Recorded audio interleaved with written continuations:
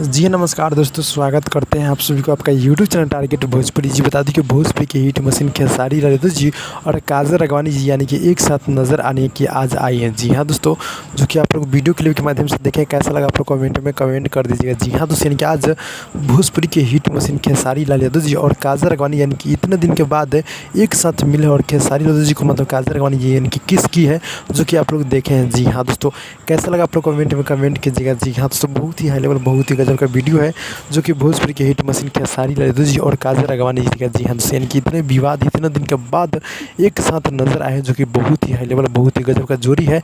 और जोड़ी कैसा लगा आप लोग कमेंट में कमेंट कर दीजिएगा। जी हाँ दोस्तों, जोड़ी के बारे में आप लोग क्या कहना चाहते हैं, आप लोग कमेंट में कमेंट कीजिए। तो भाई लोग छोटा सा अपडेट था, अच्छा लगा तो लाइक से चैनल अपने चैनल को सब्सक्राइब कर दीजिएगा। जी हाँ दोस्तों, तो भाई लोग ये छोटा सा अपडेट था, मिलते हैं अगले वीडियो में, तब तक के लिए धन्यवाद दोस्तों।